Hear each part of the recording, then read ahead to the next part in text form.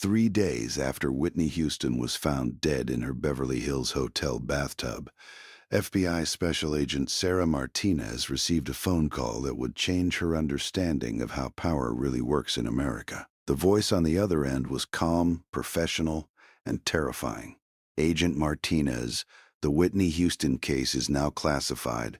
All evidence is to be transferred to our office immediately. This investigation is officially closed.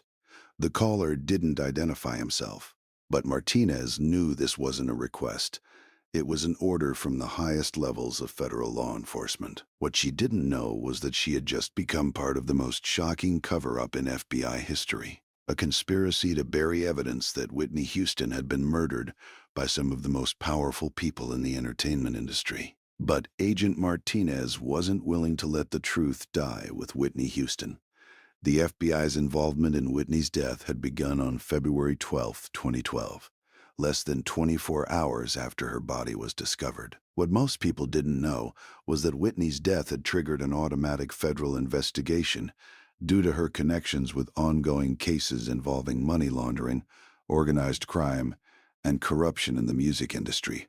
Agent Martinez was part of a specialized FBI unit that investigated financial crimes in the entertainment sector. For 2 years, her team had been tracking suspicious financial activities involving several major record labels, management companies, and offshore banking operations. Whitney Houston's name had appeared in their files multiple times, not as a suspect, but as a potential victim of systematic financial fraud. When Whitney died, Agent Martinez immediately recognized the timing as suspicious. Just weeks before her death, Whitney had contacted the FBI herself, claiming she had evidence of criminal activity that reached the highest levels of the music industry. She had scheduled a meeting with federal investigators for February 16, 2012, a meeting that would never take place. The initial investigation moved quickly. Agent Martinez and her partner, Agent David Chen, arrived at the Beverly Hills Hotel on February 13th and immediately noticed inconsistencies in the official story of Whitney's death. The hotel staff had been instructed not to speak with federal agents without lawyers present.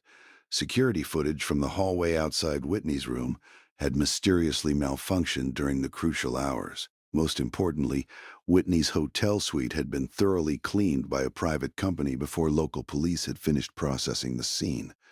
This wasn't a typical celebrity overdose investigation, Agent Martinez would later reveal in sealed testimony. From day one, we encountered resistance that suggested someone with serious power was trying to control the narrative around Whitney's death. The agents discovered that Whitney's room had been visited by at least 6 people after her death was discovered, but before authorities arrived. Hotel records showed keycard access from individuals who weren't supposed to have been there, including Whitney's manager, her attorney, and 2 unidentified men whose cards were registered under false names. Agent Chen focused on Whitney's financial records while Martinez investigated the physical evidence from the scene.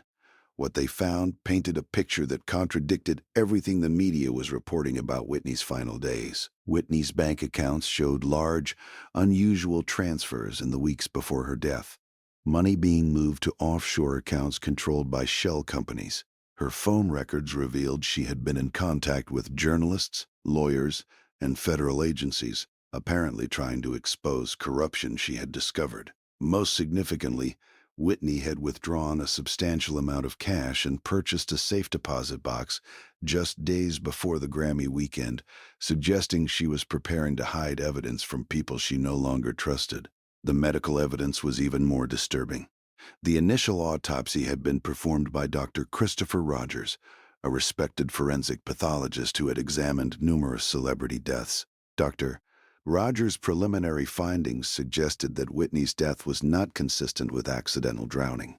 He found evidence of blunt force trauma to her head that couldn't be explained by a fall in the bathtub. He also discovered unusual levels of a rare sedative in her system, a drug that wasn't part of Whitney's known prescription medications. Dr. Rogers was preparing to change his initial ruling from accidental death to suspicious death when he received orders to conclude his examination.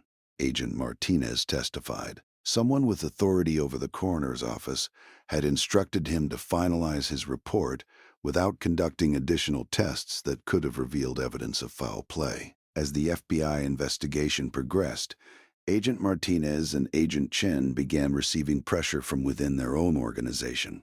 Their requests for search warrants were denied. Interviews with key witnesses were canceled by supervisors.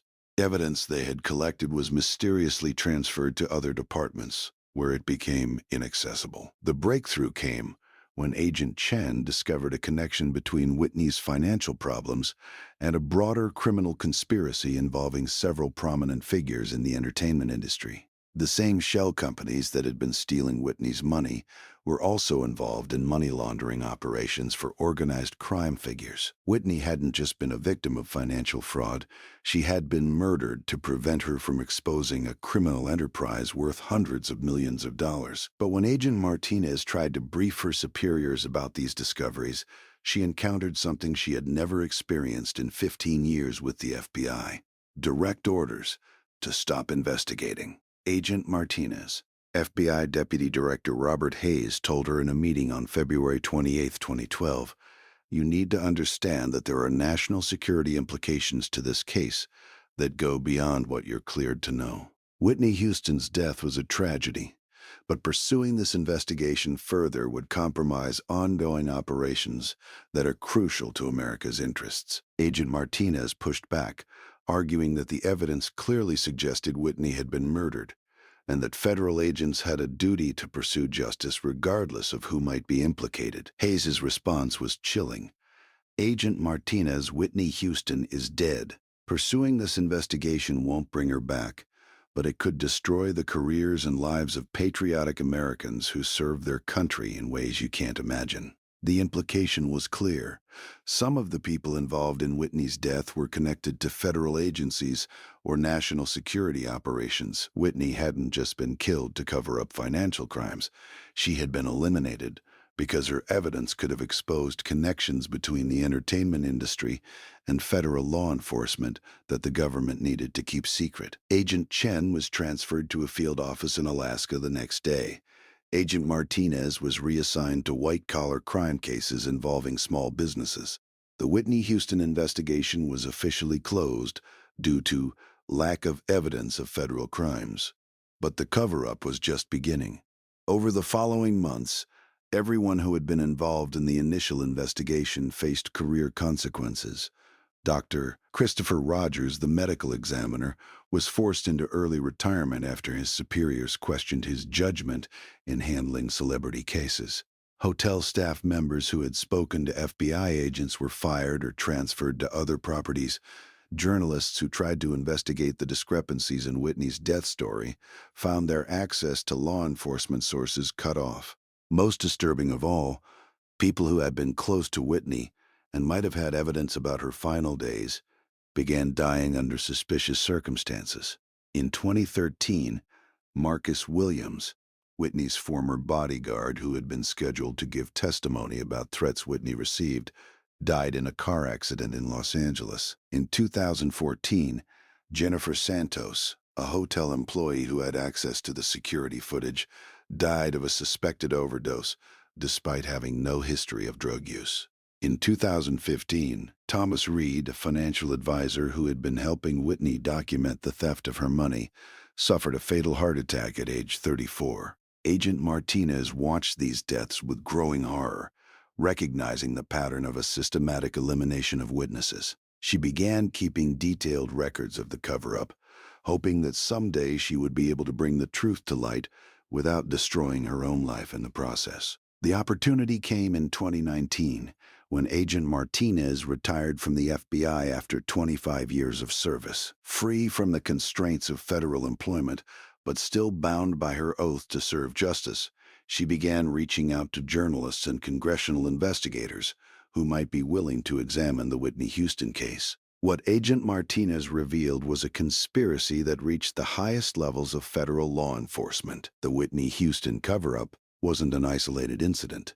It was part of a broader pattern of the FBI protecting powerful criminals in the entertainment industry in exchange for their cooperation with federal intelligence operations. Several major record label executives had been serving as informal informants for federal agencies, providing information about international money laundering and organized crime activities. Whitney's murder had been carried out by people connected to these operations, and exposing the crime would have compromised years of federal investigations and revealed the extent to which American intelligence agencies had become dependent on criminals for information.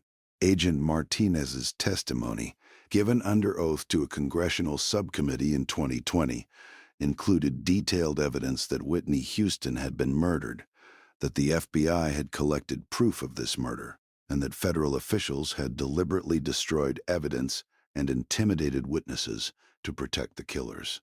Whitney Houston was killed because she was going to expose the truth about how the entertainment industry serves as a front for criminal enterprises, Agent Martinez testified. She was killed because her evidence would have revealed how federal agencies have become complicit in these crimes. And she was killed because powerful people decided that their interests were more important than justice for one of America's most beloved artists. The congressional investigation into Agent Martinez's allegations was quietly suspended in 2001 due to national security concerns. The FBI continues to maintain that Whitney Houston's death was accidental and that no federal investigation into murder was ever conducted. But Agent Martinez's evidence remains, hidden in private files and protected by people who believe that the truth about Whitney Houston's death must eventually come to light. The woman who gave the world some of its most beautiful music deserves better than to have her murder covered up by the very agencies sworn to protect American citizens. Whitney Houston didn't die from drugs or depression. She was murdered by criminals who knew they could count on the federal government to help them escape justice. The cover-up of her death represents one of the darkest chapters in FBI history, a chapter that Agent Martinez and others are determined to close with the truth, no matter how long it takes.